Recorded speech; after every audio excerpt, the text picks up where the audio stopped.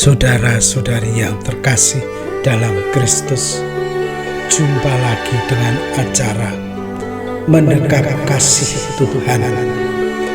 Renungan singkat bagi saudara-saudari yang sedang menderita sakit, baik yang dirawat di rumah sakit maupun di rumah sendiri, dirawat bersama keluarga.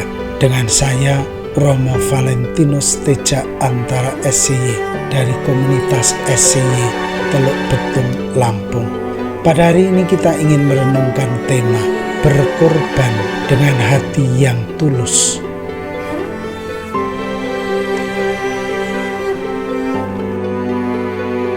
Apa yang Anda akan lakukan ketika menyaksikan orang yang Anda kasih tergolek lemah karena penyakit? Anda biarkan saja atau Anda ambil inisiatif untuk memberikan pertolongan?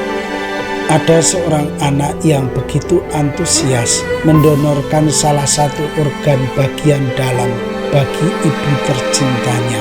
Untuk dapat melanjutkan hidupnya, sang ibu membutuhkan organ tubuh yang dicangkokkan ke dalam bagian yang sudah tidak berfungsi lagi.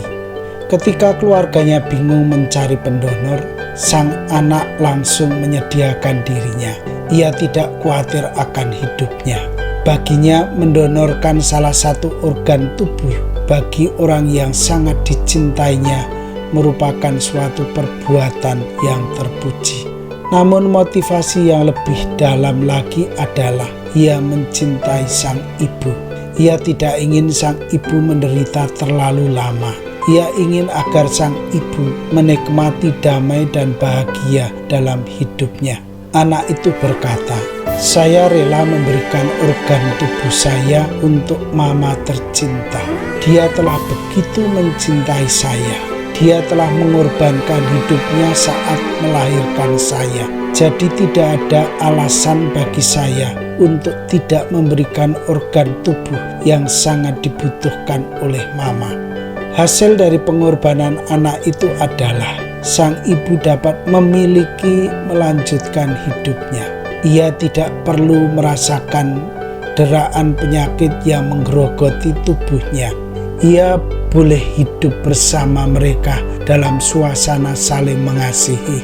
Operasi percangkokan itu berhasil dengan baik. Sang anak juga mengalami kedamaian dan ketentraman dalam hidupnya. Ia berkata, "Saya menjadi lebih bahagia lagi ketika menyaksikan mama lebih ceria. Penyakitnya telah sembuh. Ia dapat hidup tenang bersama kami semua." Saudara-saudari yang terkasih dalam Kristus, pengorbanan yang dilakukan dengan hati yang tulus membawa sukacita dan damai. Orang yang berani berkorban untuk kebahagiaan sesamanya akan menemukan bahwa hidup ini sungguh-sungguh memiliki makna. Makna kehidupan itu senantiasa diperjuangkan dalam setiap langkah hidupnya.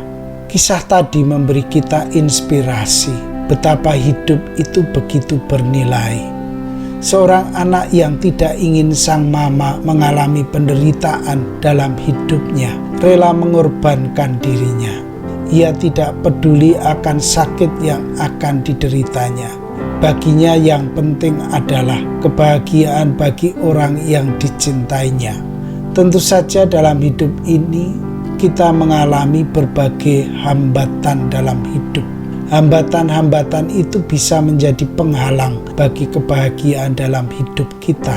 Untuk itu dibutuhkan korban untuk mengatasi hambatan-hambatan itu. Kadang-kadang korban itu tidak mendatangkan rasa sakit. Namun sering pula korban itu membuat orang merasa sakit dalam hidupnya.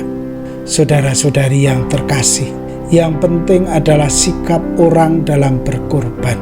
Orang yang tidak tulus dalam berkorban akan mengalami rasa sakit yang luar biasa ketika harus mengorbankan sesuatu yang berharga dalam dirinya. Sebaliknya, orang akan mengalami situasi yang damai dan bahagia ketika dengan hati yang tulus berkorban bagi sesamanya. Karena itu, orang beriman diajak untuk memiliki disposisi batin yang baik dalam usaha berkorban bagi sesamanya. Untuk itu dibutuhkan suatu latihan yang terus-menerus. Mengapa? Karena berkorban dengan hati yang tulus itu tidak datang tiba-tiba. Ada proses yang menyertai suatu pengorbanan yang tulus. Mari kita berusaha berkorban dengan hati yang tulus. Dengan demikian, hidup ini menjadi suatu yang indah. Saudara-saudari yang terkasih, marilah mengakhiri renungan singkat kita. Dan doaku selalu menyertai Anda yang sedang sakit. Semoga Tuhan memberi kesembuhan, kekuatan, dan ketabahan dalam memanggul salib hidup ini dan diberi semangat serta kesegaran.